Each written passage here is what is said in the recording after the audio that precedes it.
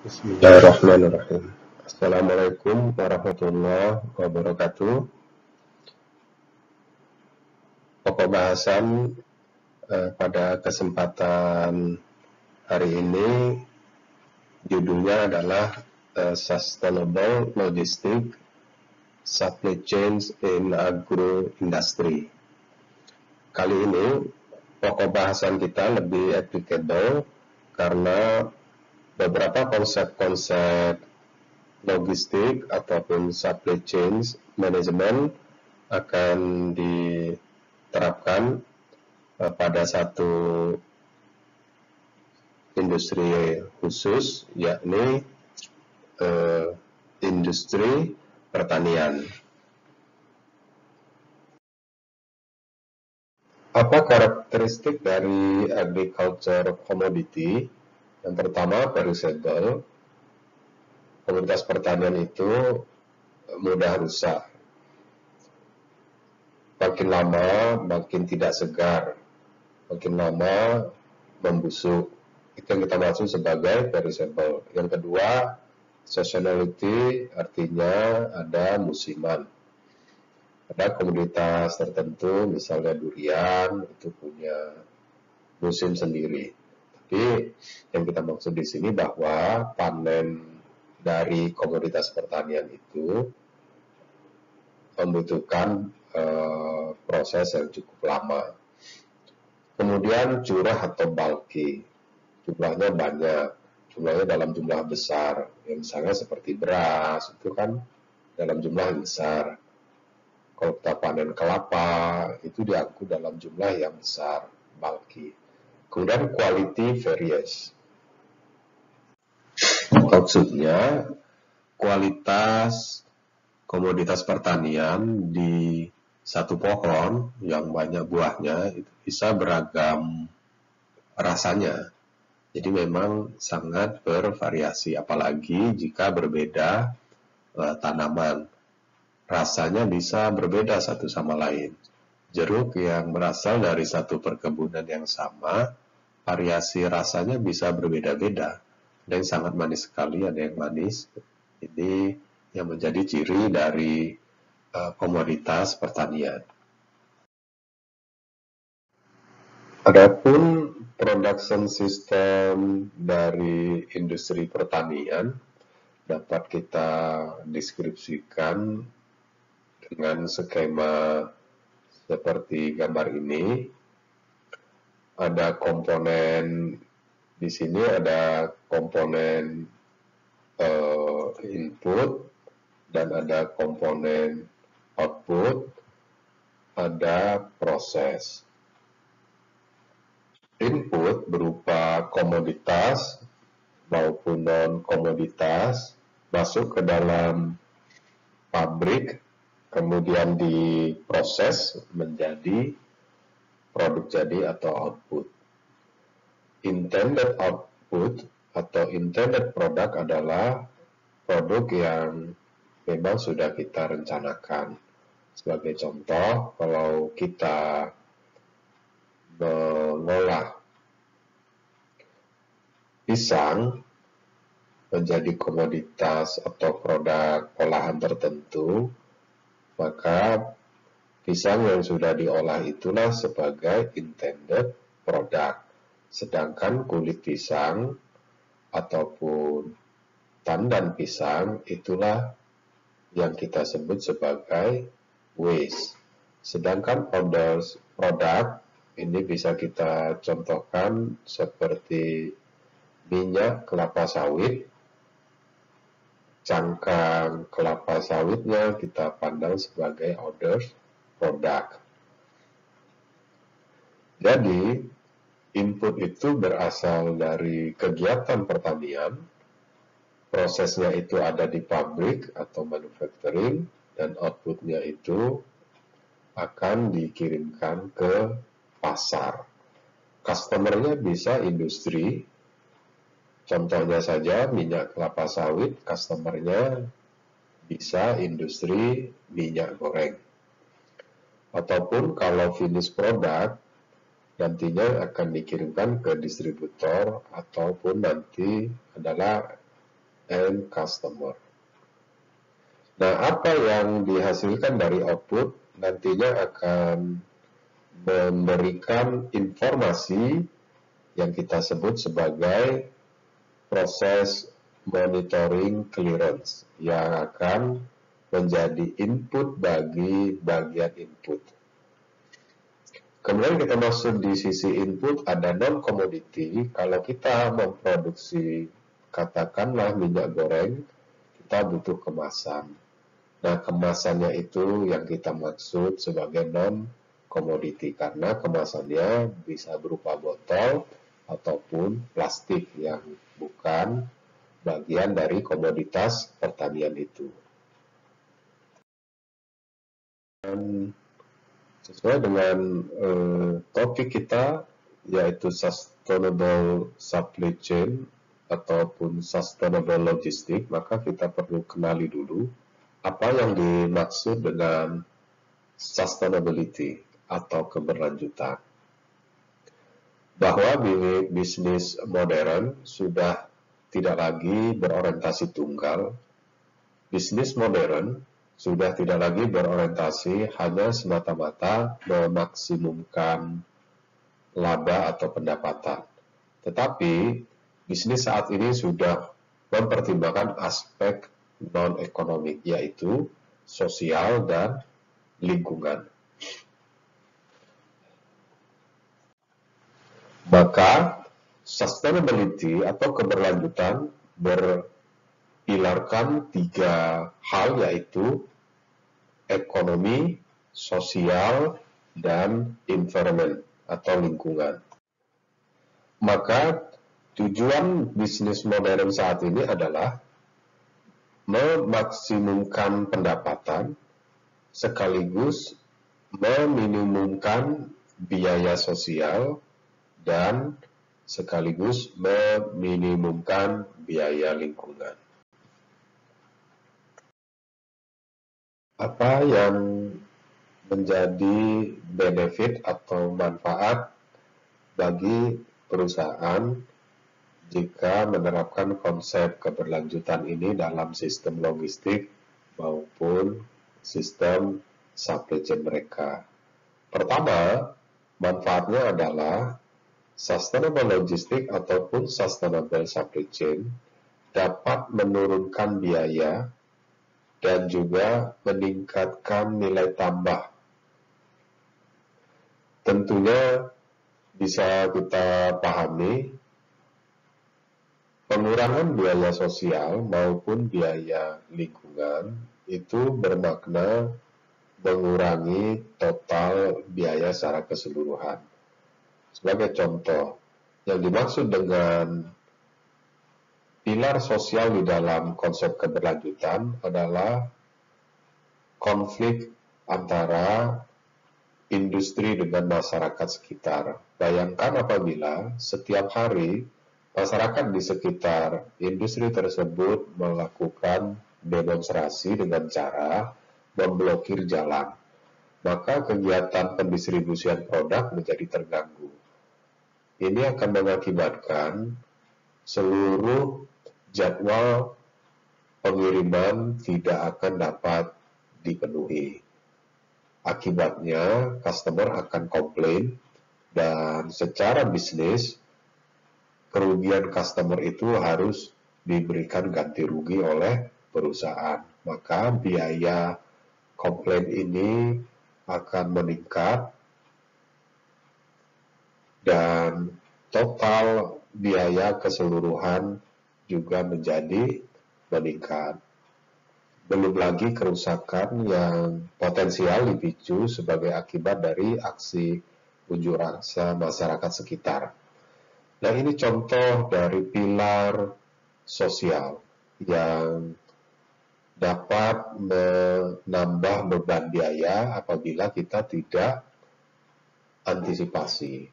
Oleh karena itu, dengan penerapan sustainability, maka biaya-biaya sosial maupun biaya-biaya lingkungan dapat kita minimumkan. Sehingga secara keseluruhan, total biaya logistik maupun total biaya supply chain akan menurun. dan image atau persepsi masyarakat sekitar terhadap perusahaan akan menjadi positif atau lebih baik. Kedua, manfaatnya perusahaan akan mampu meningkatkan utilisasi dari aset-aset utama mereka. Penggunaan aset utama mereka itu akan meningkat. Kenapa? Karena aset-aset yang terbengkalai, misalkan lahan, misalkan kendaraan, misalkan fasilitas pendukung seperti perumahan, ini tidak apabila tidak digunakan akan memberikan biaya tersendiri, yaitu biaya perawatan. Nah, dengan penggunaan aset-aset ini tentu aset-aset yang awalnya menjadi beban akan bisa digunakan untuk bisa berkontribusi sebagai sumber pendapatan lain. Meskipun itu tidak langsung, misalkan kita punya lahan yang tidak terpakai, kemudian kita jadikan dia menjadi fasilitas olahraga, sehingga masyarakat sekitar bisa memanfaatkan fasilitas itu. Nah, ini salah satu benefit dari sustainable logistik atau supply chain, atau secara keseluruhan sustainability akan mendorong perusahaan untuk meningkatkan utilisasi pemanfaatan aset. Masyarakat juga akan terperhatikan, artinya sosial aspeknya itu terpenuhi, dan dari sisi perusahaan asetnya menjadi termanfaatkan meskipun memberikan benefit yang tidak langsung bagi perusahaan. Manfaat ketiga, kita akan bisa mereduksi biaya-biaya lingkungan atau dampak-dampak lingkungan, biaya-biaya sosial atau dampak-dampak sosial, juga biaya-biaya terkait dengan pemasaran. Keempat, benefitnya adalah keberlanjutan ini adalah katalisator untuk mendorong terciptanya inovasi bagi para supplier kita. Karena dorongan produk harus ramah lingkungan secara total, maka supplier kemasan kita akan kita minta untuk bisa memproduksi kemasan-kemasan yang bersumber dari bahan ramah lingkungan. Mau tidak mau, supplier akan berinovasi untuk bisa memenuhi permintaan kita. Selanjutnya, manfaatnya adalah diferensiasi atau penciptaan ragam produk differentiation. Ini juga akan terdorong. Kenapa? Karena memang keinginan kita untuk ramah lingkungan, maka kita akan menciptakan berbagai macam turunan-turunan produk tersebut. Ataupun tuntutan pasar yang sudah punya preferensi untuk memilih produk-produk yang ramah lingkungan. Keenam, benefitnya adalah standarisasi dari operasional kita dan mendorong terciptanya perbaikan terhadap layanan kepada para pelanggan. Ya, karena kita ingin menjamin aspek sosial, aspek lingkungan, itu biayanya bisa minimum, maka akan kita ciptakan sebuah operasi-operasi yang terstandar, sehingga bisa mengurangi potensi terciptanya komplain dari para customer kita. Ketujuh, benefitnya adalah perbaikan berkelanjutan atau perbaikan terus-menerus. Ya, tentunya dengan tambahnya aktivitas-aktivitas yang melakukan beban biaya sosial harus muncul, maka dari sisi ekonomi kita harus segera meningkatkan efisiensi. Nah, inilah yang menjadi terciptanya sebuah iklim perbaikan terus-menerus. Karena apa yang hari ini kita gunakan, harus kita pandang ada situasi atau kondisi yang jauh lebih baik daripada yang kita operasikan saat ini. Itulah makna dari continuous improvement. Terakhir, benefitnya adalah memperbaiki reputasi atau citra corporate. Ya tentunya perusahaan yang secara ekonomi selalu meningkat pendapatannya ataupun profitabilitasnya dari waktu ke waktu selalu besar, secara sosial dapat diterima dengan baik oleh masyarakat sekitar, dan secara environment berkontribusi terhadap jaminan kelestarian lingkungan. Kita bisa bayangkan perusahaan ini adalah perusahaan yang mempunyai reputasi yang sangat baik di mata masyarakat maupun pemerintah. Bahwa sustainability ini dapat kita terapkan sekaligus dengan mengadop tiga strategi supply chain ataupun logistik. Yang pertama, green logistik atau green supply chain management. Yang kedua, lean supply chain management atau lean logistik. Dan yang ketiga, agile logistik atau agile supply chain management. Apa yang dimaksud dengan green supply chain atau green logistik? Supply chain hijau atau logistik hijau, yaitu strategi atau praktek logistik yang environmental oriented, sangat memperhatikan kelestarian lingkungan hidup di sekitarnya, bukan di sekitar pabrik saja, tapi di sepanjang perjalanan. Perusahaan-perusahaan ini dalam sistem logistiknya akan menciptakan regulasi, misalnya penggunaan bahan bakar untuk truk atau moda transportasi mereka menggunakan bahan bakar yang ramah lingkungan. Berikutnya, lean logistik atau lean supply chain. Ini adalah sebuah praktek logistik yang mengandalkan upaya untuk menghilangkan atau paling tidak mengurangi biaya-biaya yang muncul selama operasi logistik atau supply chain berlangsung. Yang terakhir adalah agile supply chain atau agile logistik, adalah sebuah praktek logistik yang berorientasi kepada responsiveness, kecepat tanggapan perusahaan untuk bereaksi ketika ada perubahan permintaan dari customer atau pembatalan oleh customer. Ini semua dalam ranah agile logistik atau agile supply chain. Lean logistik, agile logistik, green logistik ataupun supply chain, jika dipadukan, diintegrasikan, akan memberikan sebuah warna tersendiri bagi praktek logistik perusahaan ataupun praktek supply chain oleh perusahaan. Kita bisa menempatkan ketiga praktek logistik atau supply chain ini sebagaimana dapat dilihat pada gambar. Green activities, aktivitas yang ramah lingkungan itu harus terjadi mulai dari hulu sampai dengan hilir.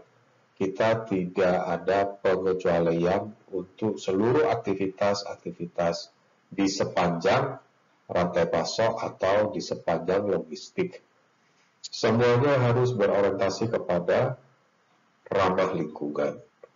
Mulai dari harvest, pemanenan, karena kasus kita berada di sektor pertanian, kemudian transport inbound, kemudian dilakukan manufaktur, storage, transport, distribution center, retail, dan end customer. Ini adalah sebuah skema tentang green activity. Kemudian bisa dilihat bahwa di bawahnya, di sini kita bisa lihat ada lean activity. Lean activity Batasannya mulai dari harvest sampai dengan tempat penyimpanan produk jadi di lingkungan perusahaan. Ya, apabila perusahaan tidak punya gudang, kemudian mereka menyewa, tentu pemikirannya jadi sedikit berubah. Untuk kali ini kita berasumsi storage atau gudang itu berada di sekitar pabrik. Maka lean activity akan berhenti sampai di storage atau gudang penyimpanan produk jadi. Selanjutnya, agile activity adalah sebuah praktek supply chain ataupun logistik yang mengarah kepada pelanggannya. Karena ini berkaitan dengan responsiveness. Nah, jika pemikiran ini diperdalam dengan memadukan green, lean, dan agile, tentunya kita akan mendapatkan sebuah formula baru untuk meningkatkan performa logistik maupun supply chain kita. Kita coba dalami lebih jauh faktor-faktor kunci dalam membangun logistik agri-industri maupun supply chain agro-industri. Apa yang menjadi faktor-faktor kuncinya? Jika sebelumnya kita sudah mempropos sebuah pemikiran baru untuk menggabungkan antara ramah lingkungan, kemudian aspek-aspek lainnya, sehingga apa yang dimaksud ya, ekonomi maupun sosial, aspek-aspek lainnya, sehingga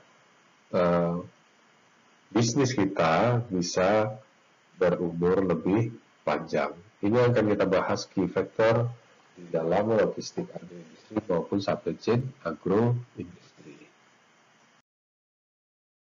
Berikut ini adalah sebuah gambar piramida yang menggambarkan bagaimana konsep green, konsep agile, dan konsep lean menjadi satu kesatuan yang utuh. Di sini kita bisa lihat bahwa key success factor ini merupakan kontribusi dari lean, agile, dan green. Nah, apa yang menjadi orientasi dari agile approach, yaitu to satisfy customer, including deliver, cost, price, and quality. Ini adalah concern dari agile approach, sehingga kita bisa tafsirkan kebutuhannya adalah kebutuhan terhadap performance measurement. Yang berikutnya adalah lean approach. Lean approach ini adalah praktek untuk meningkatkan efisiensi, karena lean ini bermakna ramping. Maka apa yang jadi tugasnya, yaitu menjamin kebugaran dari produk kita. Maka ada kalanya perusahaan akan menyewa jasa angkut yang bisa menjamin freshness komoditas di dalam truk tersebut selama pengangkutan. Nah, yang ketiga, supply chain optimization, ini adalah upaya untuk mendapatkan kombinasi optimal dari berbagai macam sumber daya yang tersedia. Sedangkan to maintain freshness, ini bicaranya pada ranah risk management. Nah, sementara performance measurement berada pada sisi upaya untuk memuaskan customer kita. Nah, inilah gambaran dari sebuah konsep sustainable, green, and supply chain. Apa yang dijelaskan pada slide-slide sebelumnya adalah 4 konsep. Yang pertama konsep sustainability dengan pilar maksimisasi pendapatan, pilar ekonomi, minimisasi social cost, biaya sosial, pilar sosial, dan minimisasi biaya lingkungan adalah pilar lingkungan. Kedua, konsep green supply chain atau logistik. Ketiga, konsep agile logistik atau supply chain. Dan yang terakhir, keempat adalah konsep lean logistik atau lean supply chain. Ada 4 konsep yang kita bahas pada kesempatan ini. Tetapi 3 konsep terakhir, green, agile, and lean, ini kita manfaatkan untuk menyempurnakan konsep sustainability, konsep keberlanjutan itu.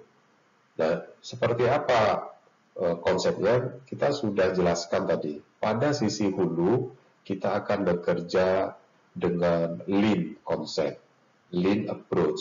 Pada sisi hilir, mulai dari manufaktur sampai kepada customer kita bekerja dengan agile approach, pendekatan responsif. Di sepanjang logistik sistem atau di sepanjang supply chain, kita bekerja dengan green approach. Semuanya harus ramah lingkungan. Nah, dari integrated konsep ini, kita coba tuangkan bagaimana apabila kita wujudkan dia menjadi sebuah perangkat decision support system. Saya akan jelaskan framework dari sebuah decision support system, sustainable supply chain atau sustainable logistic. Apa yang diusulkan sebagai sebuah framework decision support system pada konsep sustainable logistik atau sustainable supply chain dapat dilihat dari 4 aspek ini. Yang pertama yaitu risk assessment. Yang kedua performance measurement, dan yang ketiga adalah supply chain optimization. Apa yang menjadi concern di risk assessment? Yang menjadi concern di risk assessment adalah kita ingin memprediksi resiko yang akan muncul dari sisi inbound logistik. Kenapa kita lebih menempatkan risk assessment di inbound logistik atau di sisi hulu? Karena karakteristik komoditas pertanian yang sudah kita jelaskan tadi, itu semuanya bersumber dari hulu. Faktor gagal panen yang mengakibatkan supply terganggu atau bahkan hilang. Nah, ini harus kita bisa prediksi. Kemudian quality variance. Kualitas dari komoditas atau bahan baku pertanian ini sangat beragam. Di situ yang akan ada grading proses untuk bisa menjamin mana mutu kelas 1, kelas 2, kelas 3. Nah, intinya di sisi hulu semuanya bicara tentang ketidakpastian. Maka kita perlu menciptakan sebuah teknik untuk bisa mengassessment level dari resiko pasokan. Selanjutnya, performance measurement. Ini lebih kita tujukan kepada outbound logistik. Kenapa kita concern kepada outbound logistik? Karena memang isu kinerja ini adalah isu yang lebih cenderung berhadapannya perusahaan dengan customer kita. Apabila kita terlambat mengirimkan, apabila produk kita kualitasnya tidak sesuai dengan harapan pelanggan, apabila jumlah barang yang kita kirim tidak sesuai dengan kesepakatan, akan memberikan dampak negatif yang sangat luar biasa bagi keberlanjutan perusahaan. Maka performance measurement pada agroindustri ini akan lebih efektif kita terapkan untuk mengelola sisi hilir, sisi outbound-nya. Dan yang terakhir, untuk bisa mengoptimalkan, untuk bisa memanfaatkan risk assessment result, hasil dari assessment resiko, dan juga memanfaatkan hasil pengukuran kinerja outbound kita bisa optimisasikan segenap sumber daya yang ada, sehingga kita bisa menyusun sebuah rencana produksi atau rencana supply chain yang lebih efektif. Di sini kita butuh dukungan data untuk bisa mensupport keputusan optimisasi ini. Maka database di sini merupakan kunci untuk kita bisa menyediakan sejumlah data sehingga optimisasi ini bisa kita lakukan. Berikut ini adalah konfigurasi model penerjemahan dari framework yang sudah dikonsepkan tadi. Terlihat di sini bahwa di sisi hulu risk assessment itu ditempatkan, di sisi hilir performance itu ditempatkan, dan untuk keseluruhan kita bekerja optimisasi. Semua ini membutuhkan data, maka kita harus bangun database-nya sehingga business support system kita akan bekerja dengan baik. Apa yang menjadi concern dari supply chain optimization adalah operational cost. Kita harus cari data yang akan mendukung operational cost, kemudian revenue, dan kemudian benefit-benefit lainnya yang bisa kita kuantitatifkan. Sementara dari sisi performance, kita bicara flexibility, market sensitivity, virtual network, dan process integration.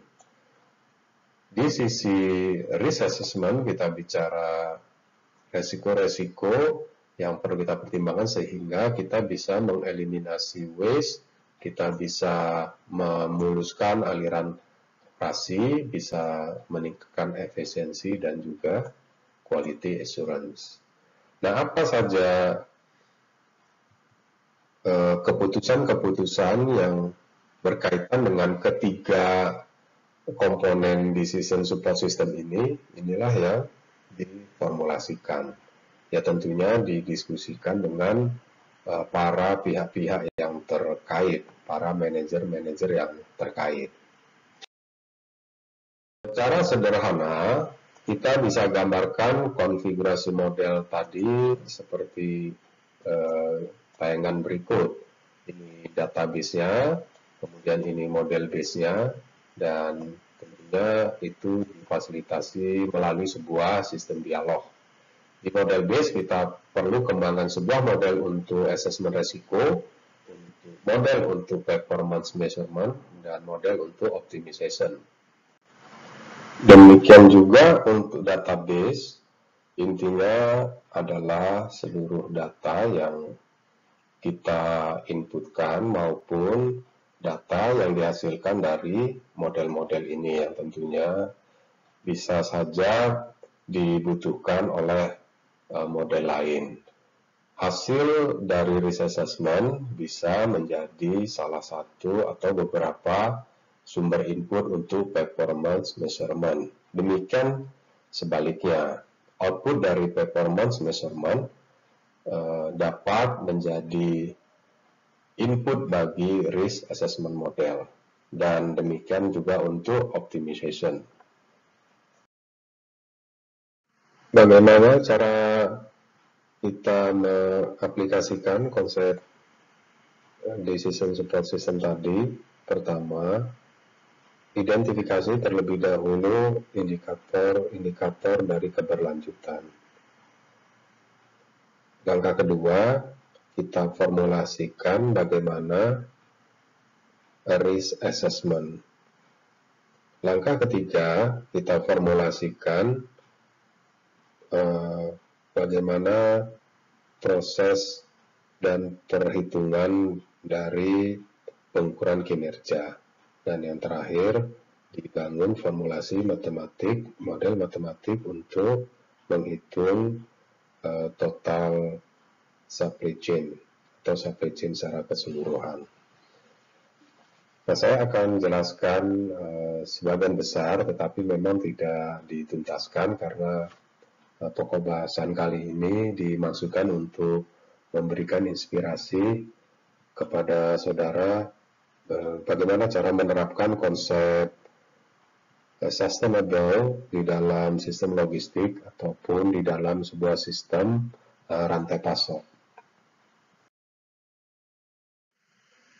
Memang dalam pokok bahasan ini diasumsikan saudara sudah memahami manajemen resiko, kemudian memahami kinerja logistik atau kinerja supply chain, dan juga pemodelan matematik untuk logistik ataupun supply chain.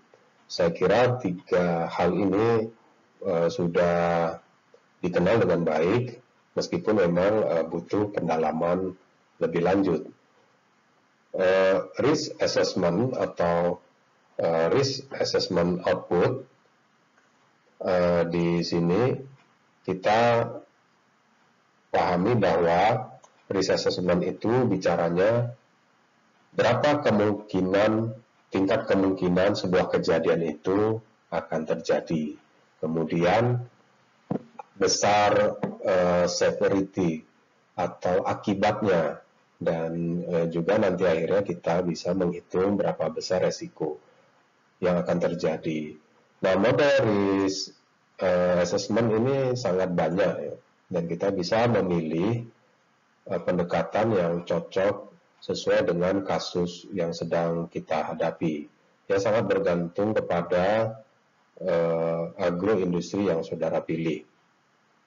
Kemudian kita bicara pengukuran kinerja, sebenarnya ada dua, yaitu kinerja parsial dan kinerja total. Kinerja parsial yang sudah dijelaskan pada pokok bahasan kinerja logistik atau kinerja supply chain. Partial performance itu adalah kinerja salah satu aspeknya saja. Sementara TP adalah total performance, adalah kinerja keseluruhan dari rantai pasok atau dari sistem logistik itu. Sementara untuk optimization outputnya ini bisa berapa banyak alat angkutnya, bisa berapa banyak produksinya, inventorinya, dan seterusnya. Nah, ini breakdown dari konsep konfigurasi sebelumnya sehingga lebih mengarah atau lebih fokus seperti apa bentuk dari basis model untuk setiap komponen-komponen ini dibuat. Artinya kita akan bekerja satu persatu. Kita buat model dari risk assessment, kita juga harus buat model dari performance, dan juga kita harus buat model dari optimization ini. Berikut ini adalah sebuah formulasi algoritma risk assessment yang dapat terjemahkan dalam bentuk aplikasi komputer, bisa menggunakan bahasa pemrograman apa saja yang memang dikuasai oleh mahasiswa. Secara umum, risk assessment ini terdiri dari langkah awal. Top manajemen menentukan apa saja, siapa saja pengambil keputusan yang akan terlibat di dalam risk assessment proses ini. Sebagai gambaran, algoritma ini diformulasikan menggunakan pendekatan multi-expert, multi-kriteria, non-numerik. Maka pendekatan tersebut membutuhkan penetapan terlebih dahulu number of decision maker-nya. Berapa banyak orang yang akan terlibat, yang akan memberikan penilaian. Setelah itu, decision maker yang akan memberikan penilaian diberikan pemahaman apa saja yang menjadi indikator resiko. Nah, indikator resiko ini merupakan indikator-indikator yang juga dapat digunakan untuk mengukur kinerja. Nah, setelah itu di langkah 2 ini decision maker melakukan assessment, baik berapa besar menurut pendapat pengambil keputusan kemungkinan sebuah kejadian akan terjadi dan seberapa besar dampaknya jika terjadi. Selanjutnya ada proses-proses perhitungan agregasi, dilanjutkan dengan memunculkan langkah 6 itu rekomendasi apa yang harus dilakukan oleh perusahaan apabila level resikonya tertentu. Di risk assessment dengan panduan algoritma ini ada 2 output yang dihasilkan. Yang pertama level of risk-nya dan yang kedua action plan-nya. Database akan berisikan juga sekumpulan tindakan-tindakan yang mungkin dapat dilakukan. Kemudian tindakan-tindakan yang mungkin dapat dilakukan ini dikaitkan dengan level of risk. Maka dari itu, pola pikir ini dikenal dengan istilah knowledge rule atau aturan pengetahuan. Tindakan-tindakan itu didapatkan dari wawancara, dari diskusi dengan para pakar yang relevan dengan sistem logistik atau supply chain yang sedang kita analisis. Nah, demikian untuk risk assessment prosedurnya. Ini merupakan gambaran dari prosedur tadi jika direpresentasikan dalam bentuk skema. Kita bisa lihat di sini, saudara menemukan ada namanya knowledge base yang sebagaimana saya jelaskan. Kemudian model base-nya itu adalah algoritma non-numerik multi kriteria decision making. Sedangkan database-nya adalah semua data yang kita butuhkan untuk bisa membantu pengambil keputusan mendapatkan sebuah gambaran.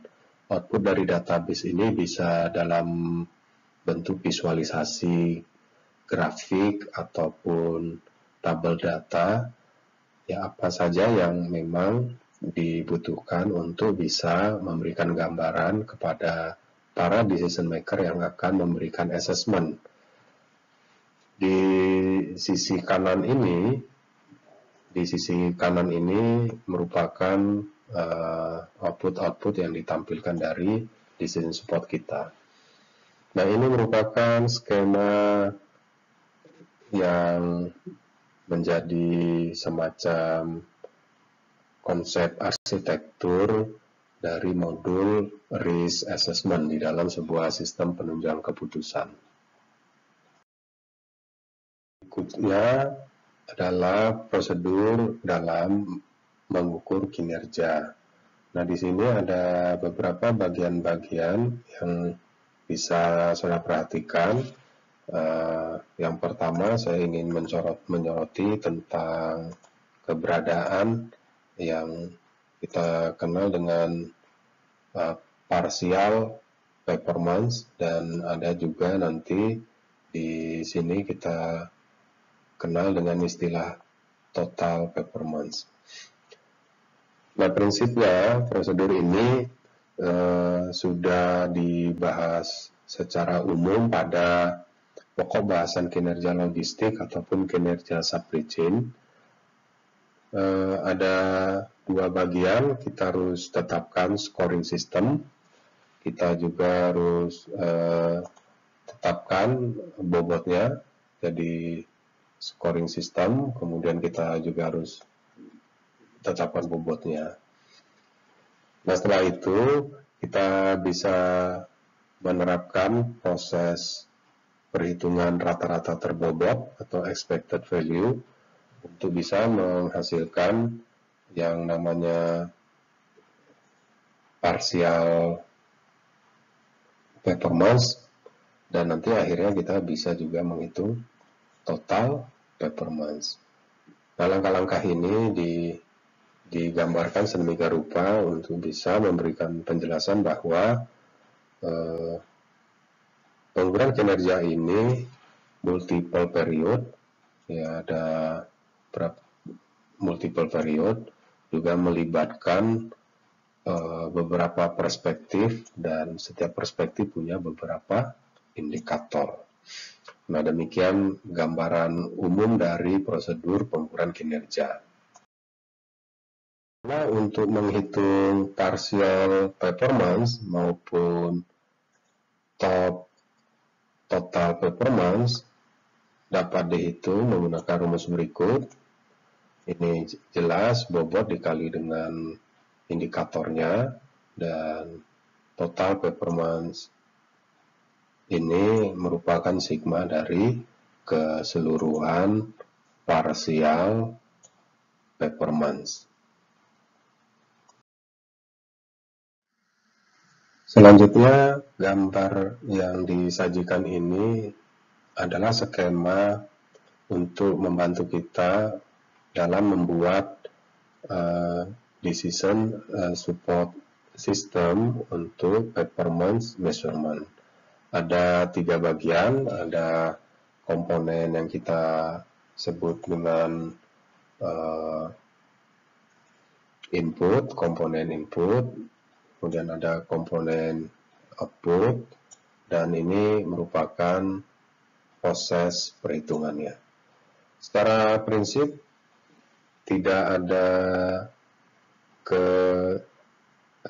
hal-hal yang sangat spesifik di dalam kalkulasinya, meskipun ini terlihat banyak komponen-komponen dalam skema. Semata-mata ingin menjelaskan bahwa banyak aspek yang dilibatkan yang harus diinput, yaitu skornya, datanya, data mentahnya, dan formulasi perhitungan atau formulasi matematisnya sebagaimana dijelaskan di slide sebelumnya sangat sederhana sekali. Ya, hanya saja memang perlu looping apabila perspektif atau faktornya banyak dan setiap faktor melibatkan banyak indikator, tentunya looping itu menjadi banyak karena harus menghitung setiap faktor untuk setiap indikatornya. Setelah itu baru digabungkan setiap faktor untuk bisa mendapatkan total performance. Sebagai kesimpulan dari pokok bahasan kita, apa yang dijelaskan pada kesempatan ini tentang platform sustainable supply chain yang spesifik diarahkan kepada agroindustri, menggunakan 3 komponen, yaitu risk assessment, performance measurement, dan total supply chain optimization. Platform sustainable supply chain yang dijelaskan di sini juga telah mengadopsi konsep Lean, konsep Agile, dan konsep Green, di mana penempatannya untuk Lean pada sisi hulu, upstream, dan midstream, sedangkan Agile pada downstream, pada sisi hilir. Green itu sendiri harus berada di entire supply chain, di keseluruhan dari aktivitas supply chain. Saudara sekalian, ini merupakan satu contoh bagaimana kita menyelesaikan persoalan logistik ataupun supply chain dalam konteks sustainability atau konsep keberlanjutan. Tentunya banyak pendekatan-pendekatan konseptual lainnya yang bisa diterapkan untuk menyelesaikan berbagai macam persoalan logistik ataupun supply chain dalam kerangka sustainability, yang mudah-mudahan dapat dipahami apa yang disampaikan pada kesempatan kali ini. Demikian pembahasan pada kesempatan kali ini, semoga dapat dipahami dengan baik. Terima kasih atas perhatian semuanya. Wabillahi taufiq wal hidayah. Wassalamualaikum warahmatullahi wabarakatuh. Selamat belajar.